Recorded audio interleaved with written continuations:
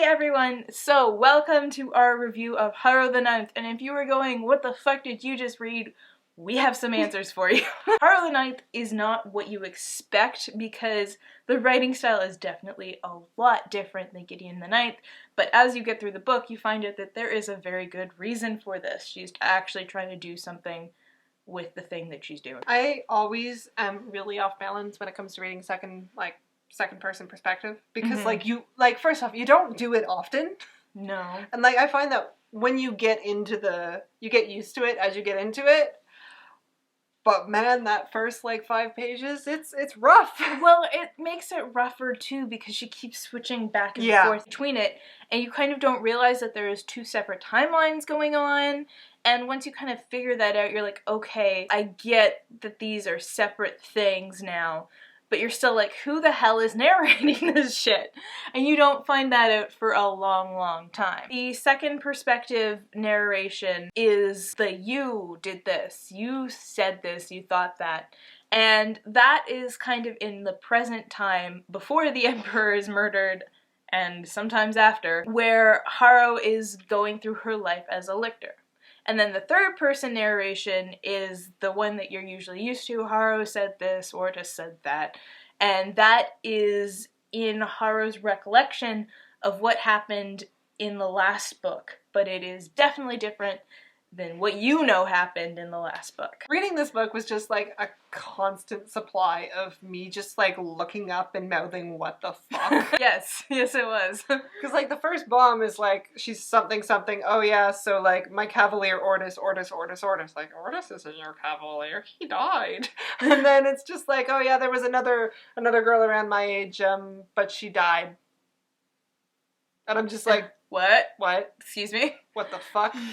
Oh, no! And then it's oh yeah, I'm crazy. I just see this body standing around, and I have seen it my entire life. And you're like, bitch, no you haven't. We're not gonna be all catty about this, we're just gonna tell you what happened.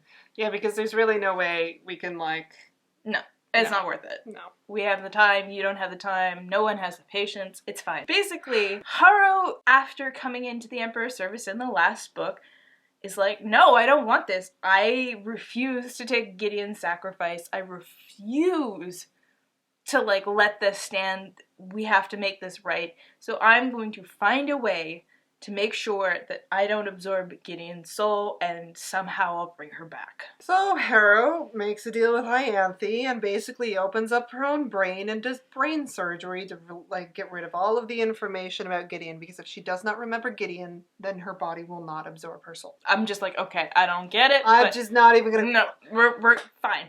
Got it. It's fine. The Harrow that we are introduced to in this book has already gone through said brain surgery. All she knows is she's a super bad lictor. Lictorhood is just not working for her. She cannot lictor, she cannot heal, her memories are all weird, everything about her is weird, she's seeing things, she's just a shell of who she used to be, and it's driving her crazy. Yeah. She has a letter from herself, it's don't think about it. It's it's fine, I've handled this. You're better this way. And so she's got kind of letters, not only to herself, but she's got letters in case the Emperor dies, or in case you meet Camilla, and Harrow's that's weird, Camilla's dead. And you're no, she's not, but whatever. And so, she's got a letter for Ianthe, and she's sworn herself into the service of Ianthe for a favor, which is Ianthe not mentioning Gideon or any of the other things that happened in the house. Harrow also has a 2-handed sword that makes her want to vomit profusely because it reminds her of Gideon. She can't. So I have 2 theories about the sword. Theory number 1 is the whole she built the failsafe into the sword to be I can't think about this too much, because if I think about it too much then I'm gonna remember. My other idea is that it's a beast weapon. Oh. Okay, so I'll explain that later on, but it's something to do with a lictor killer, it's a lictor killer blade. So there are these giant monsters that are the souls of dead planets. Why did these planets die? We're not quite sure. It's something that the Emperor did, maybe to do with lictor creation, maybe not. Maybe it had to do with his creation. But so these things basically just are gigantic monstrous beings that kind of like go through space and just consume everything in their path. They have these hordes of like other like monsters that are technically a part of them that like, they're called heralds, and it's kind of like a beehive in a way where you've got the queen monster, the queen revenant that kind of directs all these other little, like, drone workers. And the drone workers, for some reason, are, like, a kryptonite to the lictors. Like, lictors can't look at them without going insane. Yeah, so it's very cosmic horror, which, like, woo! Basically, what Harrow's training is they're going out to all of the planets near them, and they're killing the planets so that the Revenant planet can't eat them. Because there's a Revenant planet headed directly towards them. It's always attracted to the Emperor, but it's finally managed to corner the Emperor. There was also, like, this space kind of in death that is kind of like a river and doesn't make any sense to me, so I'm not going to try and explain it. But it's like the deeper you go, it's like the sub-layers of death or something like that, and then there's just a giant asshole in the bottom. Which is basically their garbage, so the whole idea is they go into the river to fight the Revenants and, like, the Heralds, and then they fall down to the bottom and they're gone forever. Yeah, it's weird, and I feel like she'll explain it more later. You can use the river to travel through time, like travel large distances. It's kind of like the whole like wormhole theory. Yeah. Like you punch in here, come out here. So basically the Emperor hasn't really been around the like empire because he doesn't want to draw the planets. Yeah.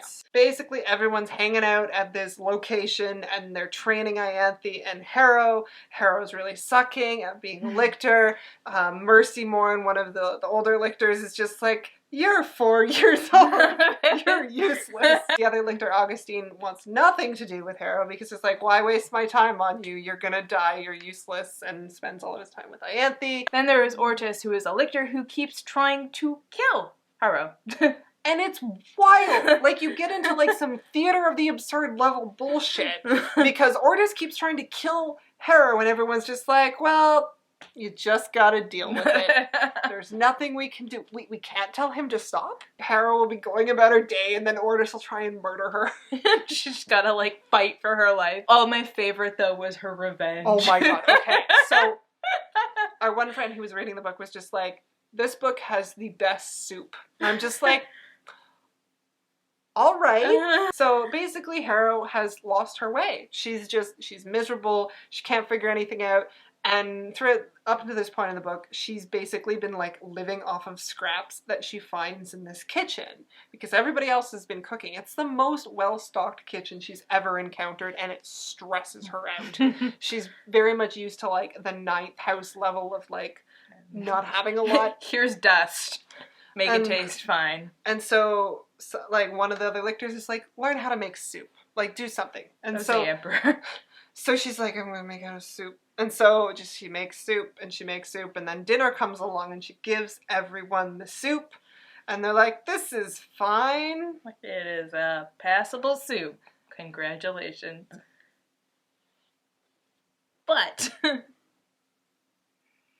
the marrow she used to make the broth was her own so that it would get into Ortis, and then she could manipulate her bone and kill him from the inside.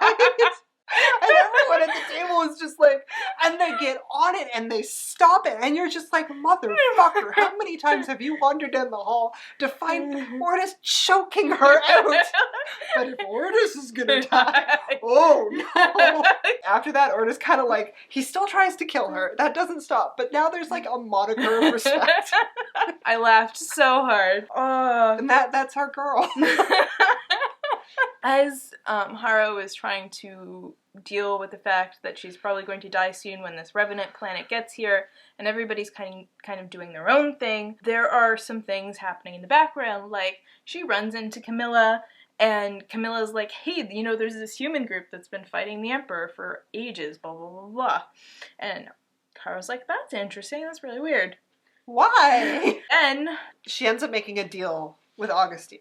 Augustine is just like, okay, yeah, like, I don't like him. She's like, why do you not like him? It's like, you'll know, like, 10,000 years. I will help you get rid of him. And she's like, okay, sounds fake, but okay. Yeah. And so Augustine gets Mercy Morn in on it as well. And so what they do is they recreate an event that happened in their past, where basically all of the lictors are getting super drunk. Augustine is like, if I can initiate this and you will know my signal, he will leave the room and I will keep the Emperor busy so you can kill him.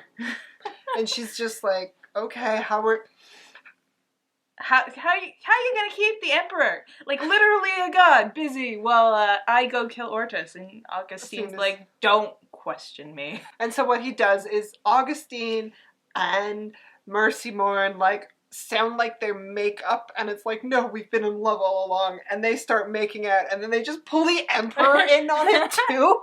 And so, like, Ianthe and Harrow were just like, and Harrow's just like, they're kissing, God. You're just gonna back out of the room, like, nope.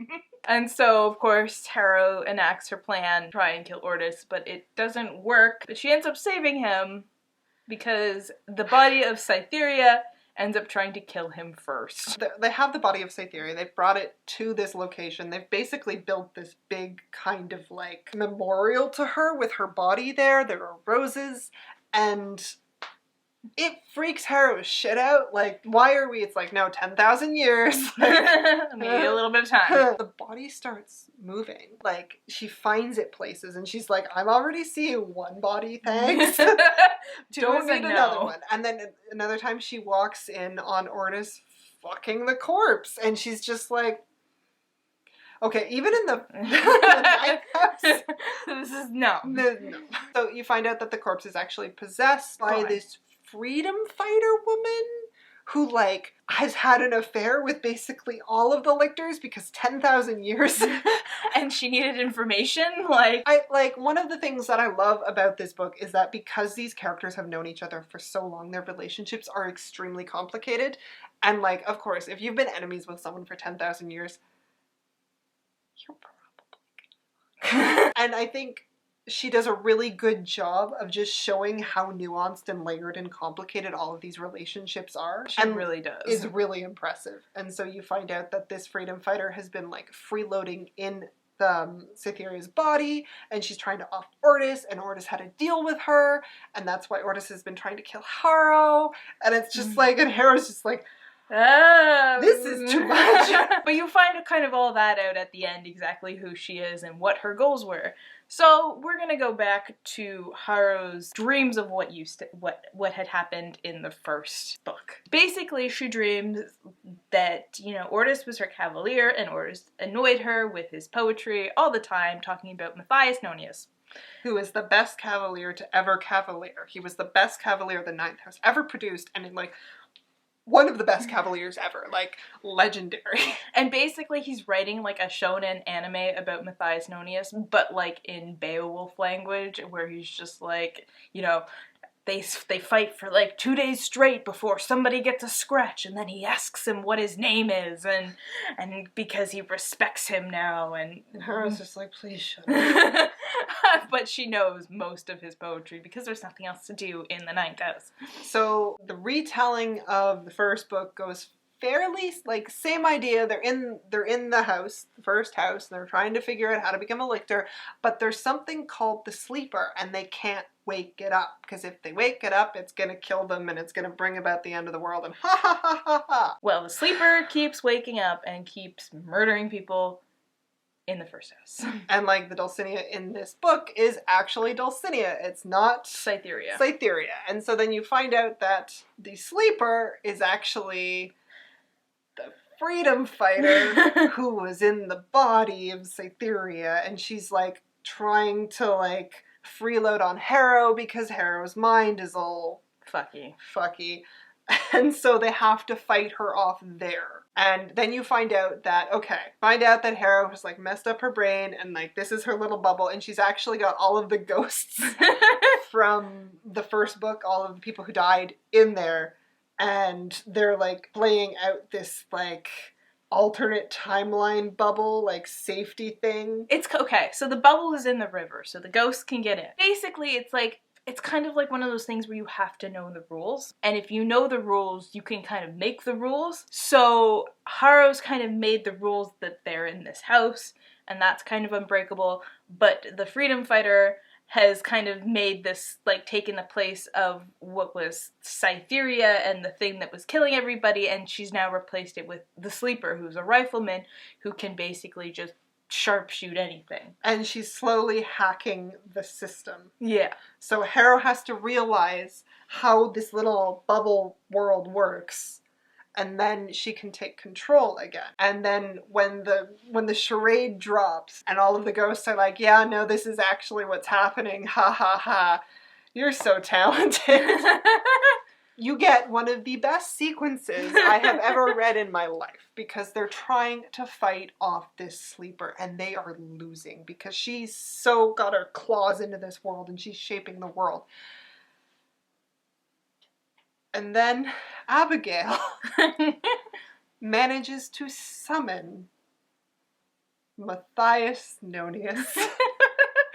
Because normally you need something of the person. You need to have a connection to the person to summon a ghost. But because Ortis loved him so much and poured so much of that love into his poetry, it served as a link, and they were able to summon the greatest cavalier the Ninth House ever produced to fight off the Sleeper. Oh, it was so funny, because he shows up and he's like, I am Matthias Nonius, I am speaking in Beowulf words, and then he's like, why the fuck am I speaking in Beowulf words? Why can't I stop? The look on Ortis's face, because at this point he's pretty wounded, and he's just like, it's like what happened when I met Neil Gaiman. It's like, Matthias! And so they're able to fight off the Sleeper. As this is going on, you have the battle with the Revenant and the Heralds happening in the real world, and it's going badly. And so as this little group of ghosts have finally defeated their, like, problem, they're like, Harrow's like, you can go now, like, I can, like, you... Thank you. Thank you. You've done, like, I release you. Matthias are like, no, we must go fight the Revenant. And, like, Ortis is like, I'm brave now! And Harrow gets to apologize to Ortis for, like, how he actually died in the first book. It wasn't her, it was Crux who killed him. And so, like, she kind of comes to terms with, like, Ortis as a guy was not an awful person. He was just a guy. He's just a guy, and... he made mistakes. Yeah. As Harrow is in this bubble, her body is in this Revenant-infested space station, and guess who is piloting the ship? I love how when the heralds start to arrive, so they, like, close down all of the windows and everything so they can't see them. All of the lictors are in different rooms, and, like, every once in a while the shared comms, one of them will scream, it's like, I'm fine, I saw one, I'm fine. It's okay. The Emperor is just, he gets locked up completely because he is controlling everything. He's controlling the fact that the sun is still alive and blah blah blah blah. Yeah, he's God. And if God gets fucked up and goes a little crazy, we're all fucked. So he's in this, like, contained room, and he says to Harrow, he's like, come in this room with me, you will not survive out there. And Harrow's like, I am a lictor, I can do this. And then she immediately shuts down and goes and does everything. So who's piloting the ship? And by the ship we mean Harrow's body. Gideon wakes up. She's just like, the fuck? Her comment, like, oh god, it's so I miss her so much. And she's just like, what the fuck did you do to my sword? It's in bone? You put it in bone? It's not immortal, it's a fucking sword. You need to take care of this shit. It's bathed in blood and encased in bone, and so she's having to fight through all of these, like, all of the heralds that are getting in the ship. So when a lictor...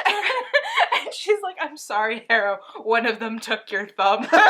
When a lictor goes into the river to fight the big monster revenant things, they leave their bodies behind. And then the soul of the cavalier takes over the body, but it's mindless. It's just at this point, like, leftover instinct to fight. So it's the fact that Gideon isn't fully absorbed, she's still there, and she's like, oh my god, what the fuck is happening?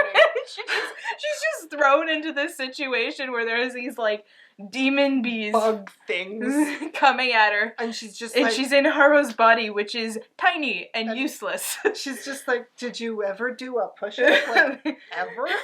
God damn it, Harrow. I said do sit-ups. And so she's like fighting her way through, and she's like she runs into the lictors, and she runs into Ortis, and she's like kind of hiding, and Ortis kind of walks up to her. Well, she runs into Ianthe and Mercy Mourn first. Oh, like when she runs into Ianthe, she's just like, she don't like you.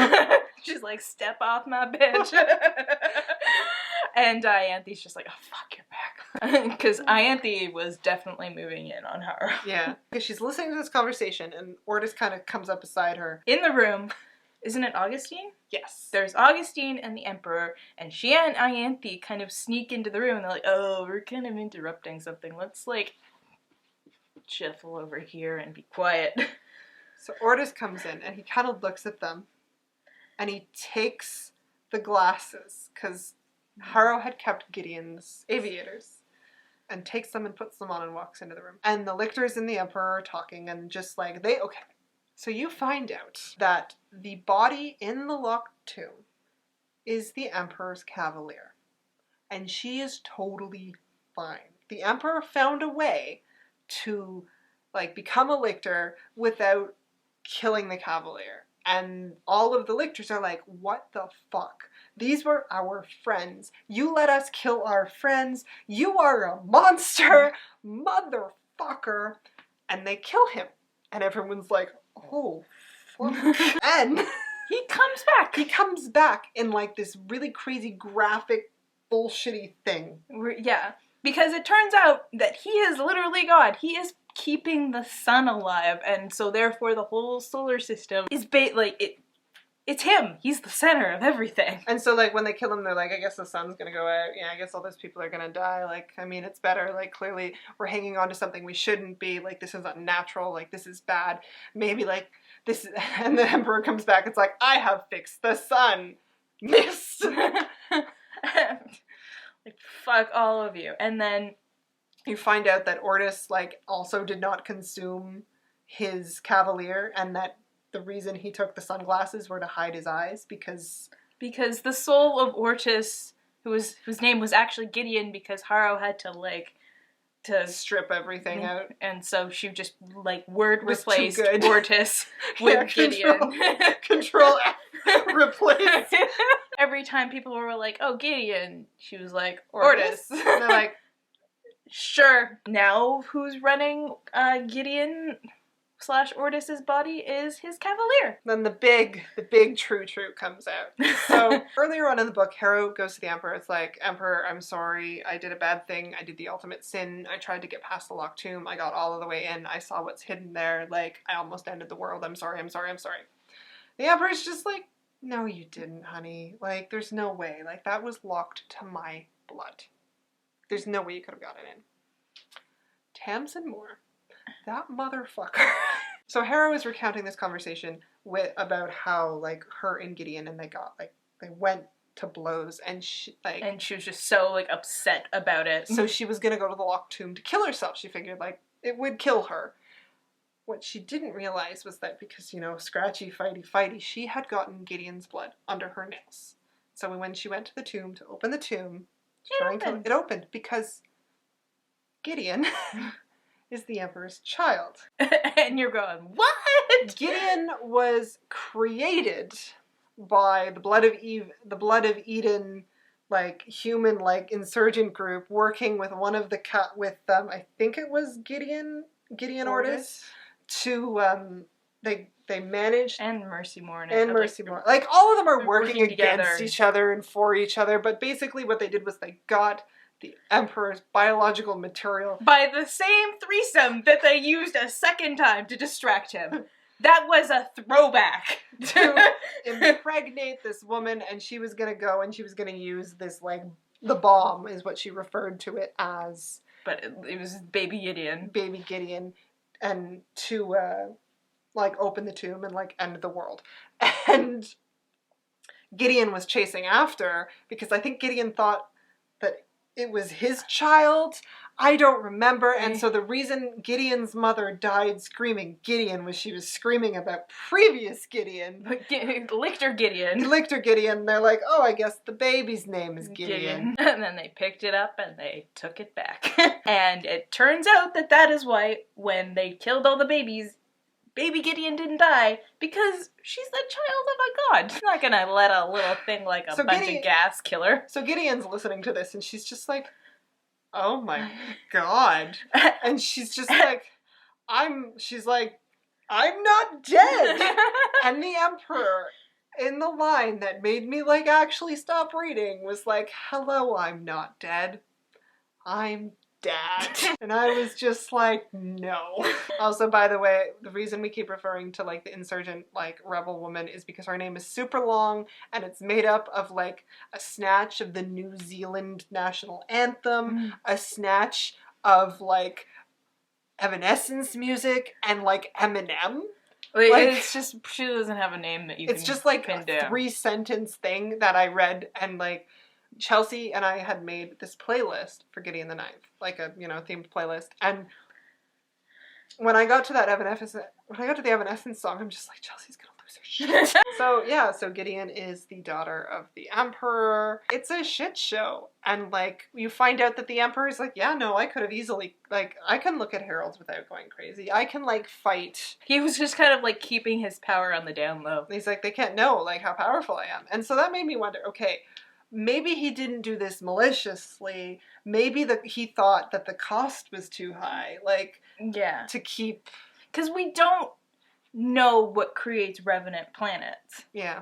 Who knows, maybe that's connected. We never get an explanation as to why he decided that the process of killing your cavalier was better than the process where you have them both. Yeah, so everybody goes to fight the Revenant, and Ianthe ends up saving the Emperor because the Emperor almost gets dragged down into the black hole, and... Instead we lose Augustine. And the Emperor mists Mercy Morn because she's like, you know what? I'm not fucking sorry. Gideon is like floating in the river in Harrow's body, and she can't find Harrow, and she's like, hey, Harrow, come back, Harrow. And then the body, comes towards her and she's like, of course it's her weird ass dead girlfriend. And then the book ends, and it ends strangely with like a flash forward, maybe, where they're on a planet. It's Camilla. Yeah. And she's in an apartment with someone, and the other someone was like, do you even know who I am? And yeah, it was a really confusing ending that was just like, you know what? I'm not going to question it. Book 3 will happen. Okay, I have this huge theory. My theory is that the two-hander sword actually came down with Gideon's mother. Because the Blood of Eden, they basically managed to like corral a couple of heralds aside and kill them and break down their body and use them in weaponry to fight against lictors. Because, the matter is like basically their bane. So my theory is that Gideon's sword is like anti-lictor. Because it's a herald weapon, and the reason she has to coat it in her blood and matter is to mask the craziness. That way she won't sense it, she'll just sense herself on the blade. Mixed with the whole, like, I can't look at this or I'm going to think of Gideon. That's possible. That's my one kind of theory, because it just seems too specific, the whole that it made her throw up. Yeah. I could see that, but you'd have to go back and see how Theoria takes it. Okay! Yeah. So that was Harrow the Ninth in all its glory. The one thing you have to do with this book is stick through it, because it makes so much sense when you get to the end. Yeah. But as you're reading through it, you're like, what the hell is going on? Why am I so confused? Why is this language so complicated? But it's worth it, and the moments that especially make it worth it are things like the soup incident, things like Harrow and Ianthe getting to see your old friends from the first house again. There's a lot in there that just make you so happy. I really liked it. This book was like mind-blowingly ambitious. She could have easily just done something in the style of the first book and we probably all would have loved it, but she took a big risk with this one and I think it pays off. I think so too. I'm definitely planning on rereading this again when it comes out, just to like... Yeah. I'm interested to see how like a second read, now that I know like... what's happening. Yeah, how it would be.